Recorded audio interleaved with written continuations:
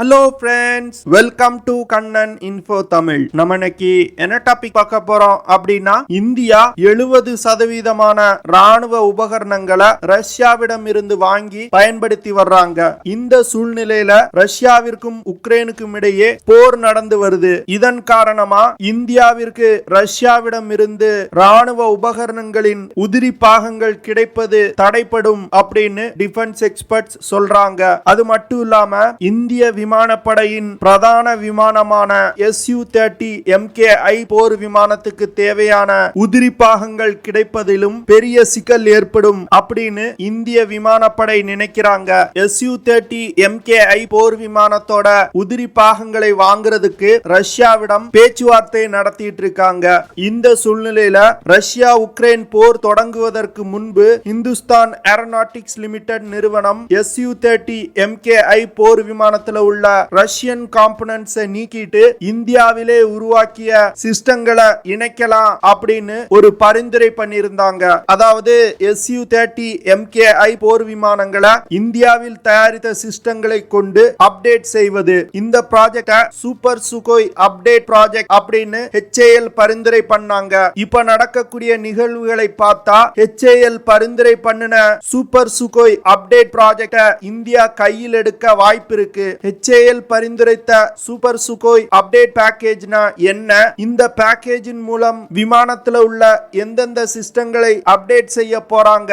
அப்படி அப்டேட் செய்வதன் மூலம் விமானத்தின் செயல்திறன் எப்படி அதிகரிக்கும் அப்படிங்கறத பத்தி நம்ம டீடைலா இந்த வீடியோல பார்க்கலாம். நீங்க இப்பதான் நம்ம சேனலுக்கு ஃபர்ஸ்ட் டைம் வர்றீங்க அப்படின்னா நம்ம சேனலை சப்ஸ்கிரைப் பண்ணிக்கங்க. அப்படியே அந்த பெல் நோட்டிபிகேஷனை கிளிக் பண்ணி ஆல்ங்கிற ஆப்ஷனை எனேபிள் பண்ணிக்கங்க.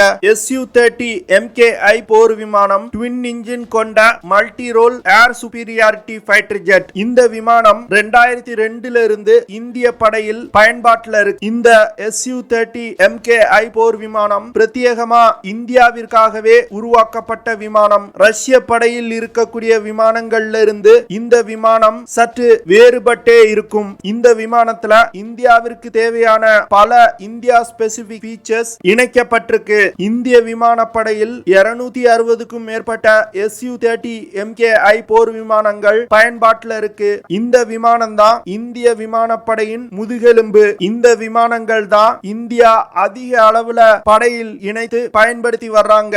SU-30mki போர் விமானம் ரஷ்யா பயன்படுத்தி வரும் சுகோய் SU-35 விமானத்துக்கு நிகரான ஒரு ஃபைட்டர் ஜெட். இந்த விமானத்துல ரஷ்ய சிஸ்டங்கள் தவிர இஸ்ரேல் மற்றும் பிரான்ஸ் நாட்டின் சப் சிஸ்டங்களும் இணைக்கப்பட்டிருக்கு. SU-30mki போர் விமானத்தை மேனுஃபேக்சர் செய்யறது இந்துஸ்தான் ஏரோநாட்டிக்ஸ் லிமிடெட். இந்த விமானம் ஒரு ட்வின் சீட்டர் ஃபைட்டர் ஜெட். இந்த விமானத்தோட நீளம் 21.9 மீட்டர். விமானத்தோட wing span 14.7 metre. Wing span அப்படிங்கிறது ஒரு ரெக்கை முனையிலிருந்து அடுத்த ரெக்கை முனை வரைக்கும் உள்ள தூரம். SU-30mki போர் விமானத்தோட உயரம் 6.36 மீட்டர். இந்த விமானத்தினால அதிகபட்சமா 38,800 கிலோகிராம் எடையை சுமந்து கொண்டு பறக்க முடியும். இந்த விமானத்தை இயக்குறதுக்கு 123 கிலோ நியூட்டன் திறன் கொண்ட after burning turbo fan engine பயன்படுத்தப்பட்டிருக்கு. இந்த விமானத்தினால அதிகபட்சமா மாக் 2 அப்படிங்கிற வேகத்துல பயணிக்க முடியும். அதாவது 2100 கிலோமீட்டர் பெர் ஹார் வேகத்துல பயணிக்க முடியும். இந்த விமானத்தினால அதிகபட்சமா 8000 கிலோமீட்டர் தூரம் வரைக்கும் பறக்க முடியும். SU-30mki போர் விமானத்தால அதிகபட்சமா 56,800 அடி உயரம் வரைக்கும் பறக்க முடியும். இந்த விமானத்துல ஆயுதங்களை எடுத்து செல்வதற்கு 12 ஹார்ட் பாயிண்ட்ஸ் இருக்கு. இந்த ஹார்ட் பாயிண்ட்ஸ்ல இருந்து air to air missile, air to surface missile, anti ship missile, anti radiation missile மற்றும் பாம்களை எடுத்து சென்று தாக்குதல் நடத்த முடியும். இந்த SU-30mki போர் விமானம் அடுத்த 15 வருடங்களுக்கு இந்திய விமானப்படையில் சர்வீஸ்ல இருக்கணும். ஏன்னா இந்தியா டெவலப் செய்து வரும் தேஜஸ் MK2 மற்றும் ஆம்கா போர் விமானத்தோட டெவலப்மெண்ட் 2030-32ல முடியும் அப்படின்னு எதிர்பார்க்கப்படுது. அந்த டெவலப்மெண்ட் முடிந்து விமானங்கள் படையில் இணைக்கும் வரையில் இந்த விமானங்களை இந்தியா அப்டேட் செய்து வைத்திருப்பது மிகவும் அவசியம். அதற்காக தான் இந்த சூப்பர் சுகோய் அப்டேட் பேக்கேஜ கையில் எடுத்திருக்காங்க. சூப்பர் சுகோய் அப்டேட் பேக்கேஜ் மூலமா என்னென்ன சிஸ்டங்களை இந்தியா அப்டேட் செய்ய போறாங்க அப்படிங்கறத பார்க்கலாம். SU-30mki போர் விமானத்தோட ஏவியானிக்ஸ், ரடார்கள், காக்பிட், எலக்ட்ரானிக் வார்ஃபேர் மற்றும் ஜாமிங் சிஸ்டங்கள், beyond visual range air to air மிசைல்கள் போன்ற பல விஷயங்களை இந்தியா அப்டேட் செய்ய போறாங்க. அதுல மிகவும் முக்கியமான 6 அப்டேட்ஸ் பார்க்கலாம். முதல் அப்டேட், இந்தியாவிலே தயாரிக்கப்பட்ட உத்தம் AESA ரடார SU-30mki போர் விமானத்துல இணைக்க போறாங்க.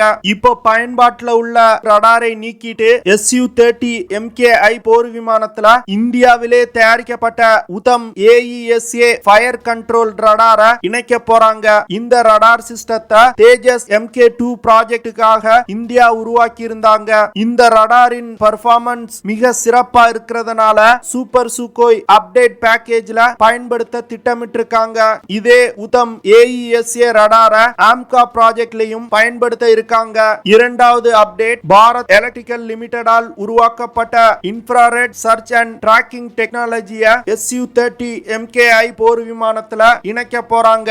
இந்த infrared search and tracking technology எதற்கு பயன்படும் அப்படின்னா, இன்ஃப்ராரெட் சிக்னல்களை வெளியிடும் விமானங்கள் மற்றும் ஹெலிகாப்டர்களை கண்டுபிடிப்பதற்கு பாரத் எலக்ட்ரிக்கல் லிமிடெட் உருவாக்கி இருக்கிற infrared search and tracking technology இப்போ இந்த விமானத்தில் பயன்பாட்டில் உள்ள OLS-30 infrared search and tracking டெக்னாலஜியை விட மிக சிறந்ததா இருக்கு. அது மட்டும் இல்லாம பாரத் எலக்ட்ரிக்கல் லிமிடெட் உருவாக்கி இருக்க சிஸ்டத்தோட ரேஞ்சும் அதிகமா இருக்கு. மூன்றாவது அப்டேட், SU-30mki போர் விமானத்துல உள்ள காக்பிட்ல பல அப்டேட்டுகளை கொண்டு வர போறாங்க. HAL நிறுவனம் தான் புதிய காக்பிட்டை உருவாக்கி வர்றாங்க. இந்த அப்டேட்டட் காக்பிட்ல 2 230mm x 305mm high resolution LCDs with multi functional control panels இருக்கு. அப்டேட்டட் காக்பிட்ல ஹெட்ஸ் அப் டிஸ்ப்ளே இருக்கு. இது போன்ற பல அப்டேட்டுகள் செய்யறதுனால SU-30mki போர் விமானத்தோட காக்பிட் ரஷ்ய விமானப்படையில் பயன்பாட்டில் உள்ள சுக்கோய் SU-35 விமானத்தின் காக்பிட்டுக்கு நிகரான ஒரு காக்பிட்டா டெவலப் செய்யப்பட்டு வருது. இந்த அப்டேட்டட் காக்பிட்ல மிக முக்கியமான விஷயம் என்ன அப்படின்னா, அதிகமா ஆர்டிபிஷியல் இன்டெலிஜென்ஸ் சிஸ்டம் பயன்படுத்தப்பட்டிருக்கு. ஆர்டிபிஷியல் இன்டெலிஜென்ஸ் சிஸ்டம் உதவியோடு வாய்ஸ் ஆக்டிவேஷன் கண்ட்ரோல் சிஸ்டத்தை இந்த காக்பிட்டுக்காக பிரத்யேகமா உருவாக்கி இருக்காங்க. புதிய வாய்ஸ் ஆக்டிவேஷன் கண்ட்ரோல் சிஸ்டத்தினால இந்திய பைலட்டுகள் கொடுக்கக்கூடிய 98% வாய்ஸ் கமாண்ட்ஸை புரிந்து கொள்ள முடியுது. இந்த சிஸ்டம் பிரத்யேகமா இந்திய பைலட்டுகளின் உச்சரிப்புக்கு ஏற்ப உருவாக்கப்பட்டிருக்கு. இதன் மூலமா இந்த விமானத்தை வாய்ஸ் கண்ட்ரோல் மூலமாகவே இயக்க முடியும். நான்காவது சிஸ்டம், SU-30mki போர் விமானத்துல உள்நாட்டிலே தயாரிக்கப்பட்ட மிஷன் கம்ப்யூட்டர் ஆன்போர்ட் அப்படிங்கிற சிஸ்டம் இருக்கு. இந்த சிஸ்டத்தை ரீப்ளேஸ் பண்ணிட்டு டிஜிட்டல் ஃபிளைட் கண்ட்ரோல் கம்ப்யூட்டர் அப்படிங்கிற சிஸ்டத்தை இணைக்க போறாங்க. இந்த சிஸ்டம் முன்பு பயன்பாட்டில் இருந்த மிஷன் கம்ப்யூட்டரை விட அதிக திறன் கொண்டதா இருக்கு. ஐந்தாவது சிஸ்டம், advance self protected jammers. Defence avionics research establishment அப்படிங்கிற நிறுவனம் அட்வான்ஸ் செல்ஃப் ப்ரொடெக்ஷன் ஜாமர்களை உருவாக்கி இருக்காங்க. இந்த புதிய வகை ஜாமர்கள் இப்போ பயன்பாட்டில் உள்ள ரஷ்ய மற்றும் இஸ்ரேல் நாட்டு செல்ஃப் ப்ரொடெக்ஷன் ஜாமர் பாடுகளை ரீப்ளேஸ் செய்ய போகுது. ஆறாவது அப்டேட், இப்போ SU-30mki போர் விமானத்துல பயன்பாட்டில் உள்ள மீடியம் மற்றும் long range air to air மிசைல்களான R-27 மற்றும் R-77 மிசைல்களை நீக்கிட்டு உள்நாட்டிலே தயாரிக்கப்பட்ட Astra MK1 air to air missile மற்றும் அஸ்த்ரா MK2 மிசைல்களை இணைக்க திட்டமிட்டிருக்காங்க. அது மட்டும் இல்லாம வரும் காலங்கள்ல அஸ்த்ரா மிசைலோட MK3 ஏர் டு ஏர் மிசைலையும் இணைக்க திட்டமிட்டிருக்காங்க. இந்திய ரஷ்ய கூட்டு தயாரிப்பான பிரம்மோஸ் NG மிசைல் மற்றும் BVR AAMS மிசைல்களையும் இந்த விமானத்துல இணைக்க போறாங்க. இதன் மூலமா தொலை தூரத்துல இருந்து கொண்டே எதிரிகளோட இலக்கை தாக்கி அழிக்க முடியும். இந்த 6 அப்டேட் தவிர சில சிறிய அப்டேட்டுகளும் இந்த விமானத்துல செய்ய போறாங்க. குறிப்பா சொல்லணும் அப்படின்னா, இந்த விமானத்துல ஒரு அட்வான்ஸ் வெப்பன் கண்ட்ரோல் சிஸ்டத்தை இணைக்க போறாங்க. வெப்பன் கண்ட்ரோல் சிஸ்டம் அப்படிங்கிறது இந்த விமானத்துல உள்ள மிசைல்கள் பாம்களை லான்ச் செய்வதற்கு பயன்படுத்தக்கூடிய சிஸ்டம். அடுத்து HUMS அப்படிங்கிற health and user management system அப்படிங்கிற ஒரு தொழில்நுட்பத்தை இந்த விமானத்துல இணைக்க போறாங்க. இந்த சிஸ்டம் மூலமா இந்த விமானத்துல உள்ள ஆன்போர்ட் கம்ப்யூட்டர் உதவியுடன் இந்த விமானத்தோட பாகங்கள் எப்படி இருக்கு, இந்த விமானம் பறப்பதற்கு சேஃபான நிலையில இருக்கா அப்படிங்கறத கண்டுபிடிக்க உதவும். அடுத்து SU-30mki போர் விமானத்தோட எலக்ட்ரானிக் வார்ஃபேர் ஸ்வீட் சிஸ்டத்தை அப்டேட் செய்ய போறாங்க. இந்த சிஸ்டம் எதற்கு பயன்படும் அப்படின்னா எதிரிகளோட மிசைல் தாக்குதல்ல இருந்து இந்த விமானத்தை பாதுகாப்பதற்கு பயன்படக்கூடிய சிஸ்டம். இந்த சிஸ்டத்திலையும் பல முக்கியமான மாற்றங்களை இந்தியா கொண்டு வர போறாங்க. இது தவிர flight data transfer unit, enhance FDR, avionics clock, blanking units, advance TACAN போன்ற பல சிஸ்டங்களை இந்தியா அப்டேட் செய்ய போறாங்க.